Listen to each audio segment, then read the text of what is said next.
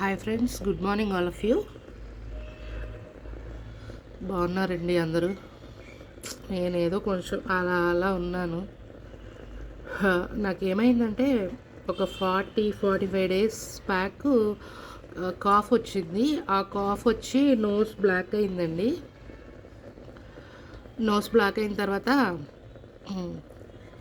చెవి కూడా బ్లాక్ అయిపోయింది. ఆ చెవి బ్లాక్ అయిన 15 డేస్కి చెవి వినబడటం 50% ఆగిపోయింది. ఈఎన్టీ దగ్గర చూయించుకున్నాను, మెడికేషన్ వాడాను 2 వీక్స్. ఇంకా అవ్వలేదు, ఆ మెడికేషన్కి క్లియర్ అవ్వలేదు ప్రాబ్లము. ఏం చేశారంటే చెవిలో గ్రోమెట్ అనేది ఒకటి మైనర్ సర్జరీ చేశారు. అయితే నోస్కి ఎండోస్కోపీ చేసి ఆడినాయిడ్స్ అనేవి 4th గ్రేడ్లో ఉన్నాయి, ఇమీడియట్గా సర్జరీ చేయాలన్నారు. యాక్చువల్లీ ఎడినాయిడ్స్ అనేవి